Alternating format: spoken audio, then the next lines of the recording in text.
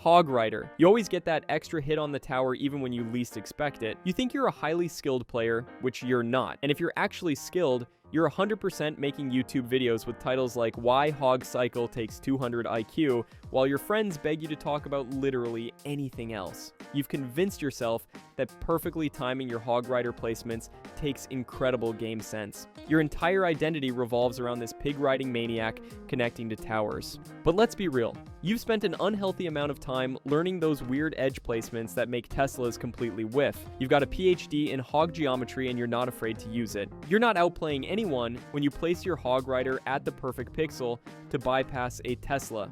You're just exploiting hitbox interactions that most players don't know about. You figured out all these niche placements that work like magic and that actually takes some real practice time. Sure, it's more about executing the tricks you learned than pure improvisation, but you still put in the work to master them.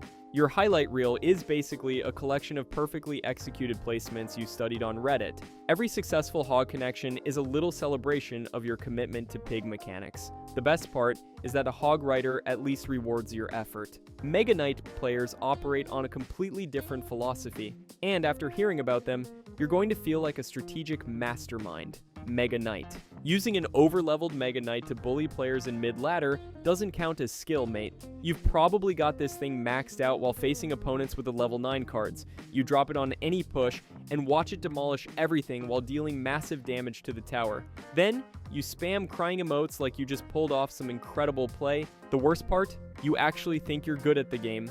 Overwhelming your opponents with a card that costs more than their entire defense isn't strategy.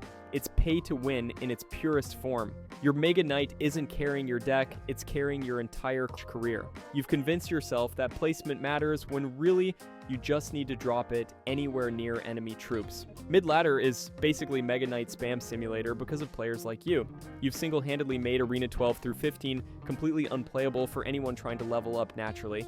But if you think Mega Knight is toxic, elite barbarian players are about to make your blood pressure spike. Elite barbarians. 6 Elixir appears and it's go time. You've maxed out these blonde barbarian bros and made bridge spam your signature move. Your game plan is refreshingly straightforward.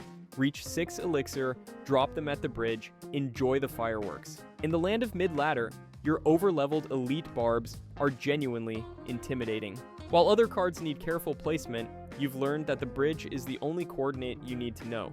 Sure, your level 14 cards have a slight advantage against level 10 defenses, but you're just playing the cards you've got. The curious thing is how you avoid tournaments like they're cursed. Equal levels mean elite barbs suddenly need actual support and strategy. Wild concept. You've perfected the art of aggressive bridge pressure, and it works well enough that some opponents probably rage quit right after facing you. And speaking of over-leveled nightmares, let's talk about Wizard players. Wizard. Congratulations on Wizard being your only max level card. Have fun bullying players in mid-ladder. You're fully convinced this fireball-flinging fellow in the fancy robes is the ultimate game changer. Losses happen because Wizard wasn't in rotation. Wins happen because of your brilliant Wizard placement. He's your emotional support card at this point. The wildest thing about Wizard isn't even the card. It's the intense feelings people have about him. Some say he's overpowered, but really, he's just out here providing reliable splash damage and living his best purple life. You're running around mid-ladder with a single maxed card, acting like you discovered some secret strategy. Meanwhile, you're getting demolished by anyone who actually knows how to play the game. You think splash damage equals skill, when really, you're just relying on over-leveled stats. Your Wizard isn't carrying you because it's good. It's carrying you because it's over-leveled. There's a massive difference that you refuse to acknowledge. If you think over-leveled Wizards are bad, Electro Giant players broke the game entirely. Electro Giant. You spam Electro Giants, tornado the defensive troops, and lightning the opponent's towers. For some reason, you have the audacity to call this skill. Your entire strategy revolves around placing a walking tank that reflects damage back at everything trying to kill it, while you support with the most annoying spells in the game. You've basically turned Clash Royale into a game where your opponents damage themselves just for trying to defend. How does this card have the ability to take down a whole tower with so little hit points remaining? You're not outplaying anyone when your Electro Giant stuns and reflects damage back at everything attacking it. That's not strategy. That's forcing your opponent to kill themselves while you sit back and tornado their troops into range. Your opponents literally can't defend without taking reflected damage and getting stunned. which is the definition of broken game design. You've convinced yourself that supporting an unkillable damage reflector requires skill. It doesn't. You're just abusing the most toxic win condition ever created. At least you're playing offense. Expo players pretend defense is skill. Expo, you would try hard to get an Expo lock on your opponent's tower during the first 4 minutes, only to spell cycle them in triple elixir. And you call that skill. You've convinced yourself that Expo is the most skillful archetype in the game, requiring incredible timing and placement. You spend the entire match talking about how much skill your deck takes while setting up the most defensive plays possible. Why even play this card if all you do is spell cycle in the end? Your skilled Expo locks turn into rocket plus fireball spam the moment you realize you can't break through. You're not a siege master. You're a spell cycle player with extra steps and a massive ego. You've mastered the art of making every game last 6 minutes while pretending it's because of strategy. The irony is that the most skillful archetype in the game wins through the least skillful method possible. You're not proving anything except that you can count to 3 with spell damage. Rocket. You aren't skillful enough to break through your opponent's defense, so you just opt for the easy path and rocket cycle your way to victory. You've given up on actually playing Clash Royale and decided that slowly chipping towers with a 6 elixir spell is somehow a legitimate strategy. Your entire game plan is defend everything, cycle rockets, repeat until victory or overtime. The true win condition of Logbait and Icebow players in Sin, it's extremely frustrating that this card allows for such a defensive playstyle, which makes the game toxic. You're not skilled for rocket cycling. You're just too scared to actually commit to a real push, so you hide behind buildings and spell chip for 6 minutes. You've turned every match into a patience contest where whoever gets more bored first loses. Your rocket cycling isn't strategy, it's admitting defeat. You've accepted that you can't outplay your opponent, so you're just going to outpatience them instead. At least you're consistent. Freeze players can't even time their spells right. Freeze. Every now and then, you try to drop the freeze at the very last second, which results in your troops dying before they can get any extra damage. You've convinced yourself that perfect freeze timing is the mark of a truly skilled player. Every match, you're looking for that one perfect moment to freeze and secure massive damage. You hold on to that freeze spell like it's going to single-handedly win you the game. It always drops 1 second late, right after your troops are already dead. You'll have a massive push, about to connect to the tower, pull out your freeze spell, and somehow manage to cast it right after your balloon gets shot down. Your clutch freeze plays are just expensive ways to watch your push die. You panic at the last second and waste 4 elixir on absolutely nothing. You're not a timing expert, you're just bad at predicting when your opponent will play their counters, so you panic freeze and miss every single time. Now let's talk about the most delusional players, Goblin Barrel users. Goblin Barrel. Princess players are even more delusional about their win condition. You think you're big-brained when you trick your opponent with a juke barrel. You call it skill when you make your opponent choose between the fake evolved barrel and the real one. In triple elixir, you're cycling more rockets than barrels because that's the only way you know how to win. You've mastered the art of making your opponent guess where your barrel is going to land. Here's the thing though, if you're running Goblin Barrel alongside beatdown tanks like Royal Giant, you're probably just relying on your over-leveled cards to do the heavy lifting. The barrel is just there for bonus chip damage while your tank does the real work. Now, if you're playing actual log bait, that takes some decent skill. You're probably better than average, but let's not pretend you're a prodigy. You've convinced yourself that barrel placement requires incredible game sense when really it's just educated guessing. Your entire strategy depends on whether your opponent has the right counter cards in rotation. The reality is, your skill comes down to whether your opponent has log in hand or not. That's not strategy, that's a coin flip with extra steps. But if you want to see real delusion, Princess players think she's just support. Princess, don't lie. She's your actual main win condition, not Goblin Barrels or Rockets. You spam her on the bridge and call it a high skill play. There's only one card you hate, the log. You've built your entire deck around protecting a single 3 elixir ranged unit that you pretend is just support. Every game revolves around getting your princess value while cycling through your deck. Stop playing princess on the bridge. It's so irritating. You're not making skilled plays when you force your opponent to spend elixir answering your princess every single time. You've turned every match into princess at bridge, opponent answers, repeat for 6 minutes straight. Your entire offense is basically chip damage disguised as support. Your princess isn't supporting your pushes are supporting your princess. You've convinced yourself that chip damage isn't your win condition when it obviously is. Speaking of chip damage, miner players take patience to new extremes. Miner. You've probably never finished a game within 3 minutes. All your games go into overtime. You've mastered the art of the most boring possible way to play Clash Royale. Every single push you make involves sending this guy to chip away at towers while you cycle through your deck hoping for some miracle damage. Your entire strategy is based on being as annoying and unpredictable as possible.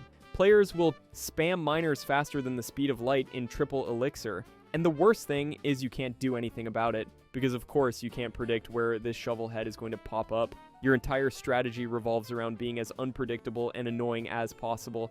You've turned Clash Royale into a game of whack-a-mole where you're the mole. You're not skilled for playing miner, you're just more patient than everyone else, which isn't the same thing as being good at the game. At least miner takes some prediction.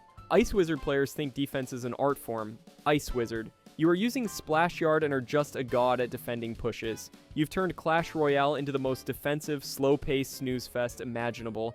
Every game against you feels like watching paint dry, because you can defend literally any push with minimal elixir. You've mastered the art of making every game last the full 6 minutes through pure defensive excellence. This card paired with a tornado will stop 20 elixir worth of push, and the same story will repeat for a full 5 minutes of the match. You're not skilled for playing defensively, you're just using the most broken defensive combination in the game and calling it strategy. Your Ice Wizard plus Tornado combo makes every push completely irrelevant. Your Ice Wizard plus Tornado combo isn't skillful defense. It's just broken crowd control that makes the game completely unplayable for anyone trying to push. Speaking of unplayable matchups, Balloon players are about to ruin your day. Balloon. You consider a push successful even if your balloon got only death damage on your opponent's tower. A single hit from the balloon gets your tower to one-shot range. That's way too much damage. You've built your entire strategy around hoping your opponent doesn't have the right counters in hand. Your whole game plan is send balloon, pray it connects, repeat until victory. It somehow always gets a hit even with the slightest hit points remaining. You'll watch your balloon floating toward the tower with 1 HP left, and somehow it still connects before dying. That's not skill. That's just hoping the game's targeting system works in your favor. Your opponents have to perfectly counter your balloon every single time, or they lose massive tower health. Your balloon isn't winning because you're good at supporting it. It's winning because the card deals ridiculous damage and your opponents can't perfectly counter it every single time. At least balloon is predictable. Now for the most frustrating targeting, Sparky players. Sparky. You counter your opponent's big pushes pretty well with Sparky's massive blast damage, but you're always getting screwed by her targeting priorities. You've convinced yourself that piloting Sparky takes incredible game sense and prediction skills. Every time she locks onto a push, you think you're about to pull off some incredible defensive play. You're basically playing with a 6 elixir delete button that follows strict targeting rules you can't always predict. Here's what actually happens. Your Sparky will perfectly target the biggest threat in her range, but then some Ice Spirit walks into range and becomes her new closest target, completely ruining your defensive setup.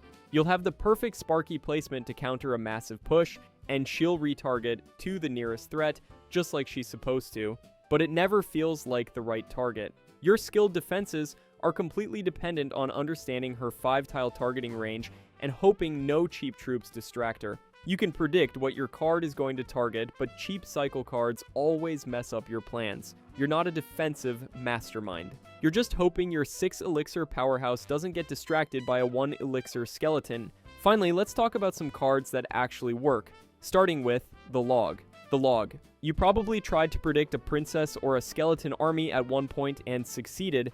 That was the happiest moment of your life. You've built your entire Clash Royale identity around that one perfect prediction log that wiped out an entire push. Every game, you're chasing that same high of the perfect prediction. Your log is basically your panic button for any swarm situation. Sometimes it drops so late that it fails to kill half of the swarms. You'll see a goblin gang coming toward your tower, panic log, and somehow miss half the goblins because your timing was just slightly off. The most reliable spell in the game, and you still manage to mess it up. You've mastered every possible log placement except the ones that actually matter in clutch moments. Your log predictions aren't skill, they're just good guessing. One lucky prediction doesn't make you a strategic mastermind. Speaking of questionable choices, mirror players need help. Mirror. You're either a mid-ladder player or a YouTuber trying to record a level 16 Mega Knight video. There's literally no in-between. You've convinced yourself that doubling down on your worst card choices is somehow a viable strategy. Every mirror play you make is either brilliant or completely insane.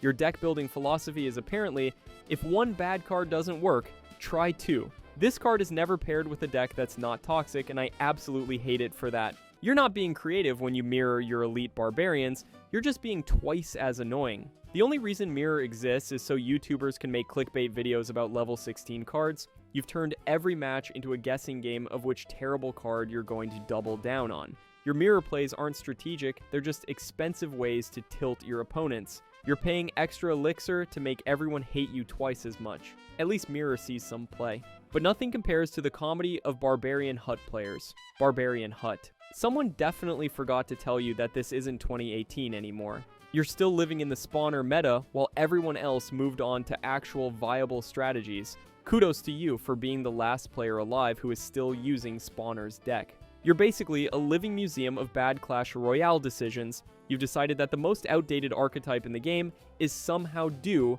for a comeback. Just give it the award for being the worst card of all time and delete it from the game. Its existence in Clash Royale is annoying right now.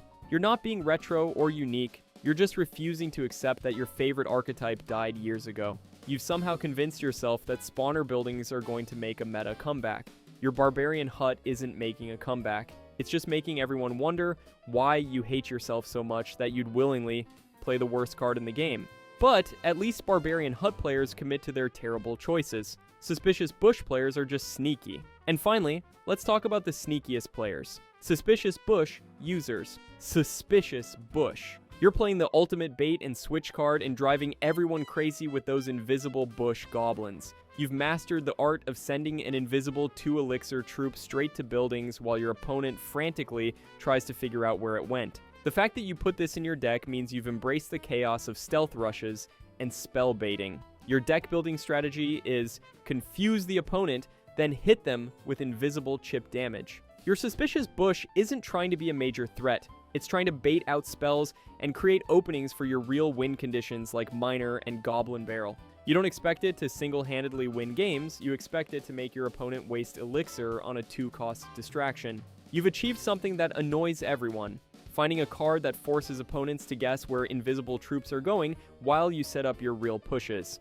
Your Suspicious Bush isn't a primary strategy, it's psychological warfare disguised as a cheap cycle card. Using this card means you've mastered the art of making your opponent paranoid about invisible threats.